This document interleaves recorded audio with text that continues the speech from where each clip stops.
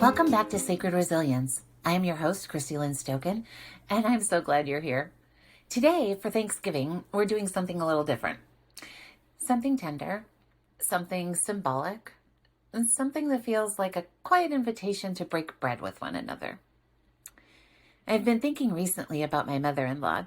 She was my best friend, and we debated everything for fun.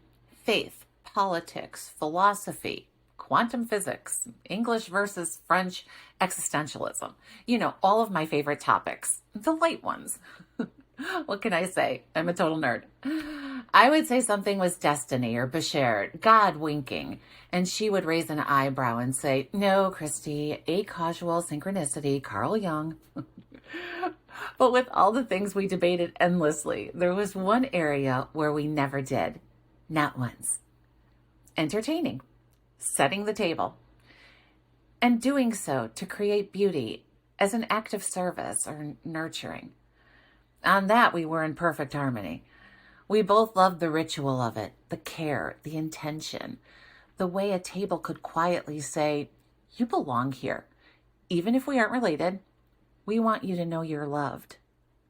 And that's exactly what today's episode is about. Not the Thanksgiving table full of food or family chaos, but a spiritual table, set intentionally for you to know that you are loved, that healing, hope, and restoration are set out for you to receive.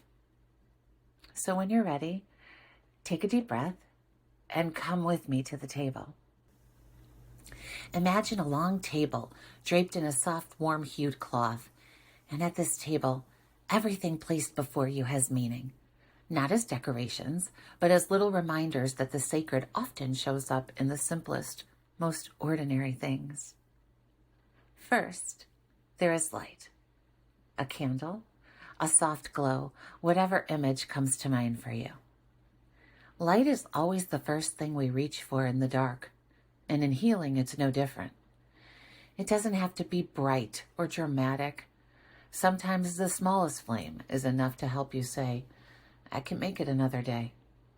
And some lights, the ones that show up at just the right time, feel divinely appointed, as if God slipped them into your path when you weren't looking. Then there's bread. Bread represents sustenance, but not just physical sustenance. It's the reminder that your soul also needs feeding, with compassion, with gentleness, with truth that doesn't wound. Healing asks a lot of us, and you deserve to be nourished while you walk through it. You'll also notice salt. Salt heals. Salt preserves. Salt reminds us of what is essential, like, this part matters, don't skip it. It teaches us that wounds can sting and mend at the same time, that recovery is often both ache and relief. Then there's water. Water softens what has become hardened. It cleanses what feels impossible to carry. It refreshes the places in you that have been dehydrated by stress, grief, trauma, or simply trying to hold everything together. Water is both practical and holy. At this table, there is oil. Oil has always been a symbol of anointing, of being chosen, set apart, held by something greater than yourself. It speaks to purpose, to healing that is ongoing. Oil reminds you that you're not forgotten or overlooked. Some seasons of life feel brutal, but the presence of oil says there is still blessing over you. And finally, there's space, an empty chair, an uncluttered place setting. Room for what you've lost, room for what you long for, room for who you are becoming. Space is often the most sacred element of all, the one we resist the most, yet the one God uses again and again to work quietly in us. Space makes room for grace. So as you sit with these elements, this light, this bread, the salt, the water, the oil, this open space, I want you to notice something. None of them rush you. Not one of them demands anything from you. None of them ask you to be anything other than exactly who you are in this moment. They just offer themselves the way love does when it's honest and authentic. And maybe that's the quiet gift of the season.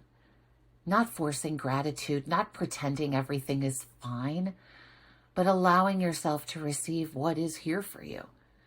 The healing that's unfolding, the hope that's slowly returning, the strength you didn't know you still had. So as we close today, my prayer for you, my hope for you, is that you carry even one piece of this table with you into the days ahead. Maybe the light, maybe the space, maybe the reminder that God often meets us in the ordinary, in the symbolic, in the moments we least expect. And wherever you find yourself this Thanksgiving, whether that's in joy, sorrow, pain, in gratitude, or all the above, may you know deeply you belong, you are loved.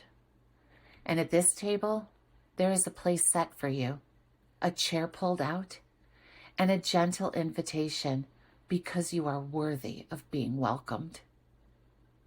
This is Sacred Resilience. Until next time, happy Thanksgiving and be gentle with yourself. And all you ever wanted, only me on my knees.